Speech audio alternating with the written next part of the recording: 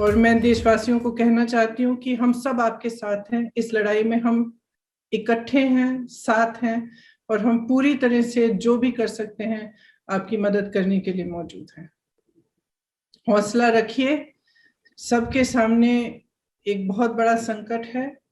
इस समय जितना पॉजिटिव रह सकते हैं, जितना हम एक दूसरे को मदद कर सकते हैं, अपने परिवार के सदस्यों को जितना हम हौसला दे सकते हैं, उतना ही अच्छा रहेगा सबके लिए, और ऐसे ही हम इस महामारी का सामना कर सकेंगे। मैम, ये पहली वेव जो है वो पहली वेव जो निकल के गई और अब दूसरी वेव जो आई है ये और ज्यादा घातक है।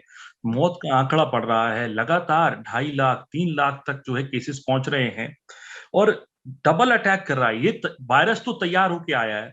क्या लगता है आपको कि सरकार की तैयारी नहीं रही, या जो हम डिफेंस अपना नहीं जो रख पाए, और स्थिति आज इस तरीके की है कि लोगों को बिना ऑक्सीजन के सड़क पर बैठना पड़ रहा है, एम्बुलेंस के अंदर लोगों की मौत हो रही है, दहलीज तक पहुंच के अस्पताल की वो लोगों को इलाज नहीं मिल पा रहा। देखिए, आज देश भर से रिपोर्ट्स क्या आ रही हैं? हॉस्पिटल के बेड्स की कमी है, ऑक्सीजन की कमी है, रेमडेसिविर की कमी है, वेंटिलेटर्स की कमी है, सब जगह से यही रिपोर्ट्स आ रही हैं।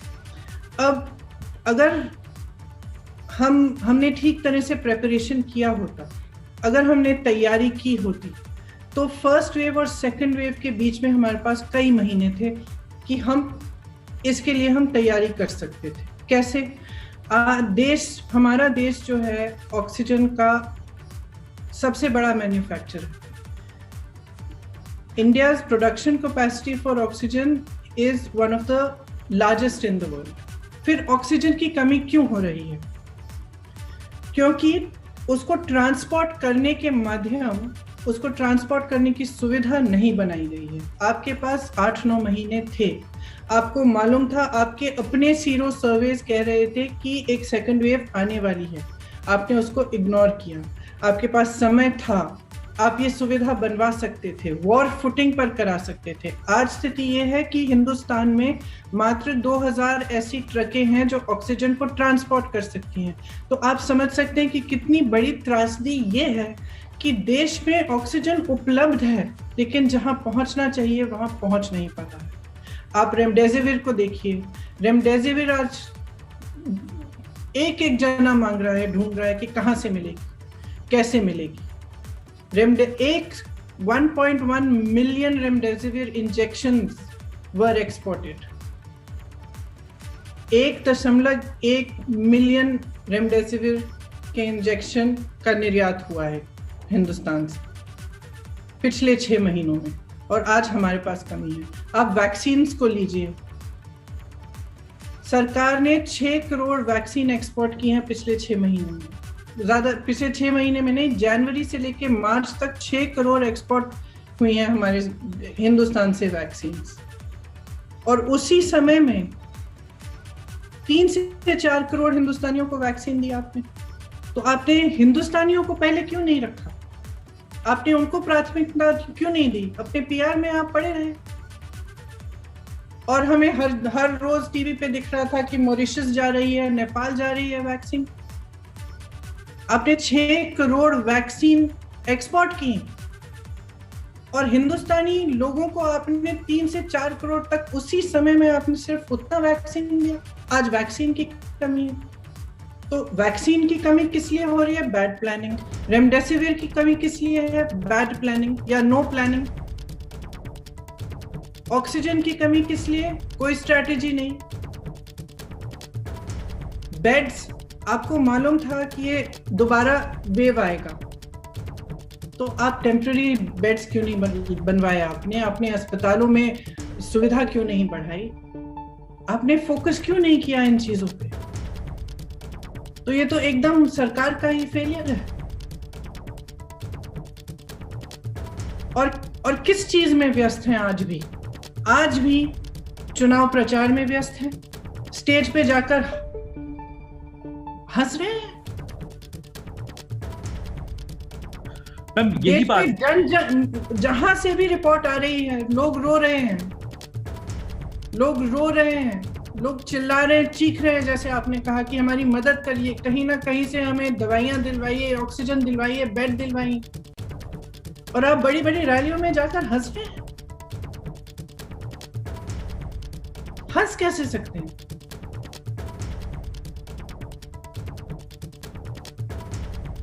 मैम यही मेरा सवाल है कि चुनावी रैलियों को क्यों नहीं कोरोना छू रहा है, या उन राज्यों में कैसे कह सकते हैं कि नहीं छू रहा है?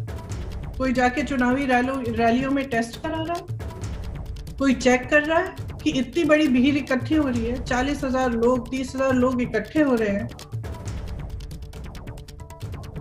आपने अभी तक नहीं किया, अब तो करिए, अब तो रोकिए।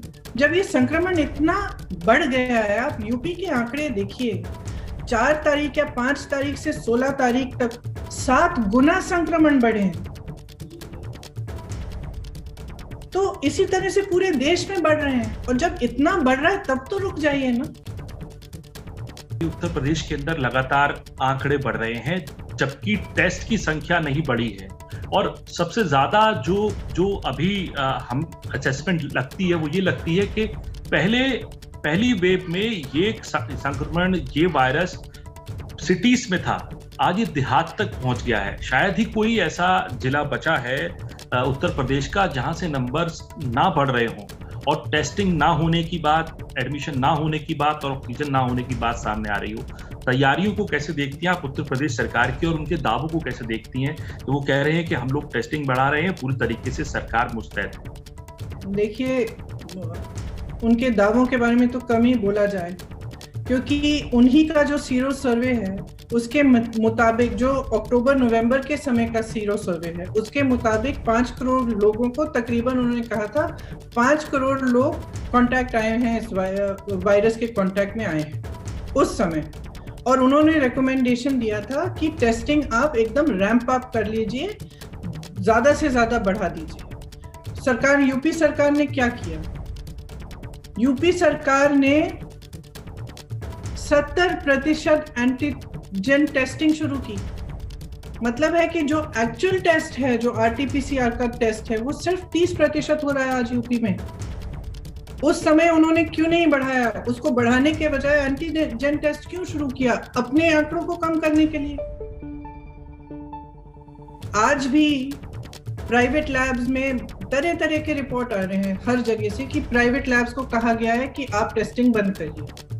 किस लिए? किस लिए? टेस्टिंग से ही तो जान बचेगी। तो क्या जनता की जान महत्वपूर्ण है, लोगों की जान महत्वपूर्ण है, कि फिर आपके आंकड़े महत्वपूर्ण है, कि आपकी सरकार की इमेज महत्वपूर्ण है? तो देखिए, ये समय है, यूपी में कोई अलग स्थिति नहीं है पूरे देश से, सिर्फ ये है कि और भी भयानक स्थिति है। बट जो प्लानिंग, स्ट्रैटेजी की जो स्थिति है, वही है जो केंद्र सरकार की है। मतलब की ही नहीं गई है। ना बेड्स उपलब्ध कराए इन्होंने, महीने पड़े थे। स्टेडियम्स हैं आपके पास, इतनी सुविधाएं हैं, वो सुविधाएं आपने बेड्स को इंक्रीज करने के लिए क्यों नहीं डाली? आपने ऑक्सीजन का सप्लाई इंक्रीज करने के लिए क्यों नहीं किया?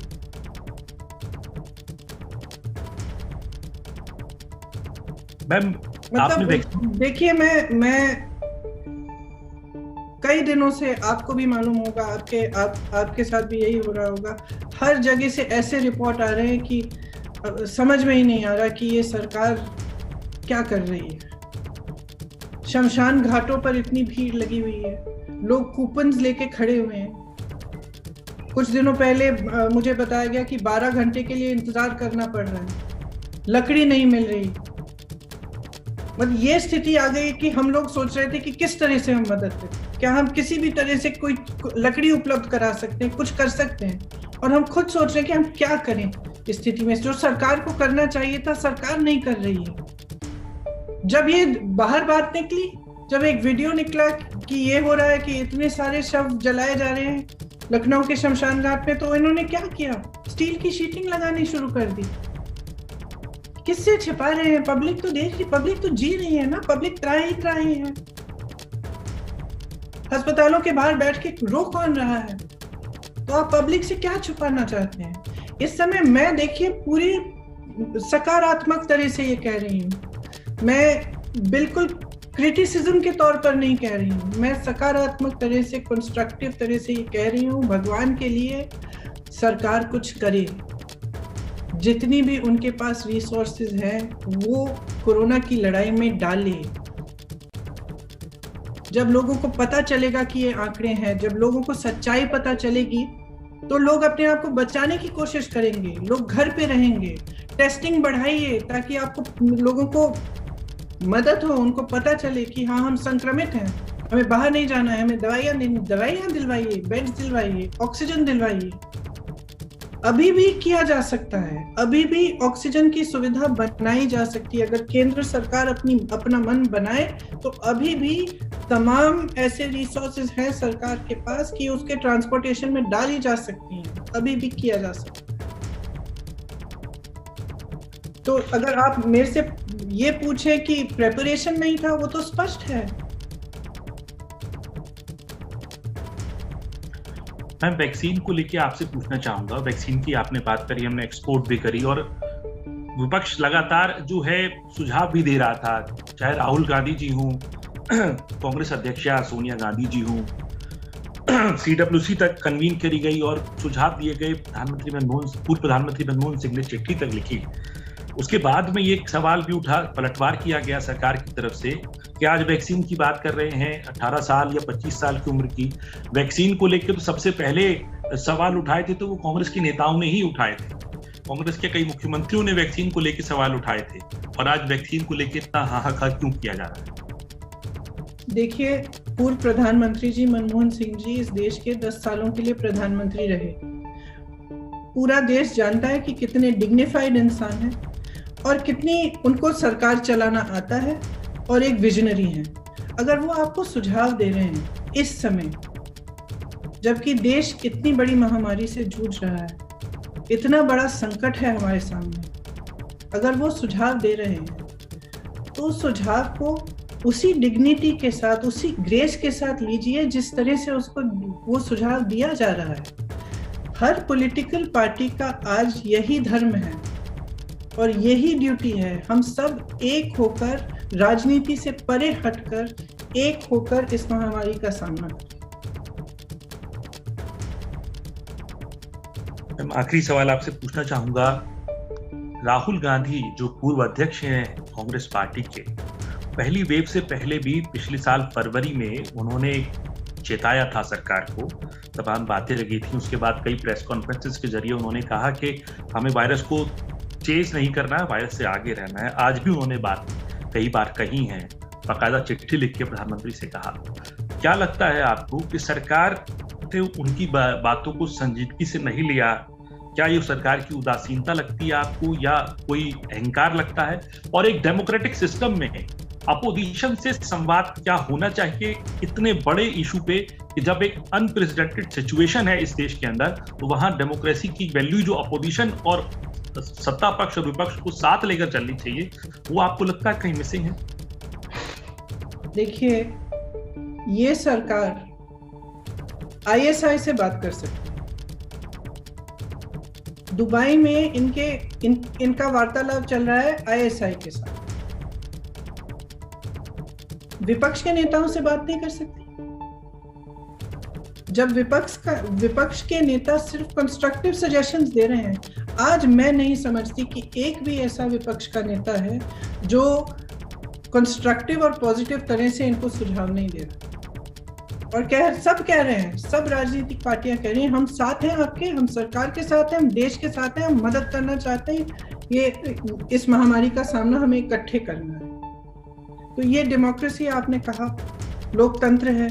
लोकतंत्र में चर्चा से ही काम आगे बढ़ता है। लोकतंत्र में कभी कभी आलोचना भी सुननी पड़ती है, और खास तौर से ऐसे मौके पर जब पूरा देश इतनी बुरी परिस्थितियों से गुजर रहा है, ऐसे मौके पर ये तू मैं किसी को शोभा नहीं देता, किसी को।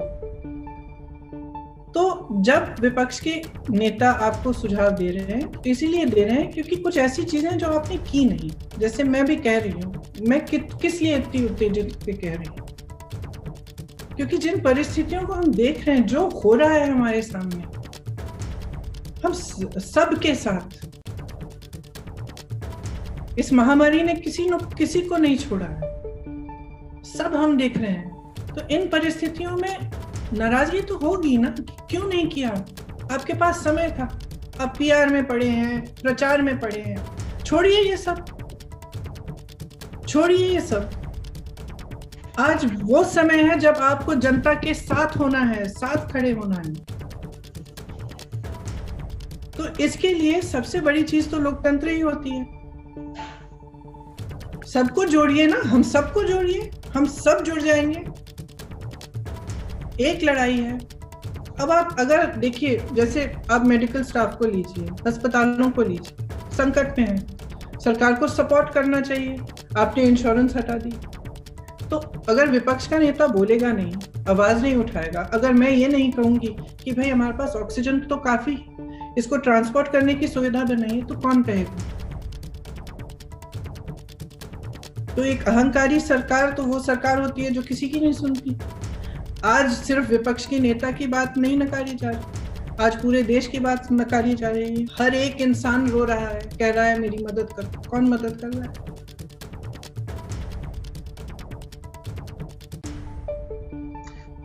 Ma'am, do you want that Prime Minister should come forward and talk to the opposition parties, and as a leader of opposition party, will you welcome this step that all parties should come together and come to a conclusion, come to a roadmap to deal with this situation? The Prime Minister needs to communicate with the public. He needs to communicate with anybody who has the resources to help out, whether it is other opposition parties, whether it is big businesses. Priyanka Gandhi Vadra कह रही हैं कि देश में oxygen सबसे बड़ी उत्पादनकर्ता के रूप में भारत की पहचान है। ट्रांसपोर्ट नहीं किया गया, बेड्स की कमी है, रेमडेसिविर की कमी है, और सरकार को तत्काल सारी चीजें छोड़कर सारे संसाधन कोरोना से लड़ाई में लगाने चाहिए, अपोजिशन से बात करनी चाहिए। एक बड़ा आरोप लगाया प्रियंका ने, दुबई में आईएसआई से बात कर सकते हैं आप, और देश में इस आपदा में विपक्ष से बात नहीं कर सकते, वो विपक्ष जो आपके साथ लड़ना चाहता है इस आपदा से।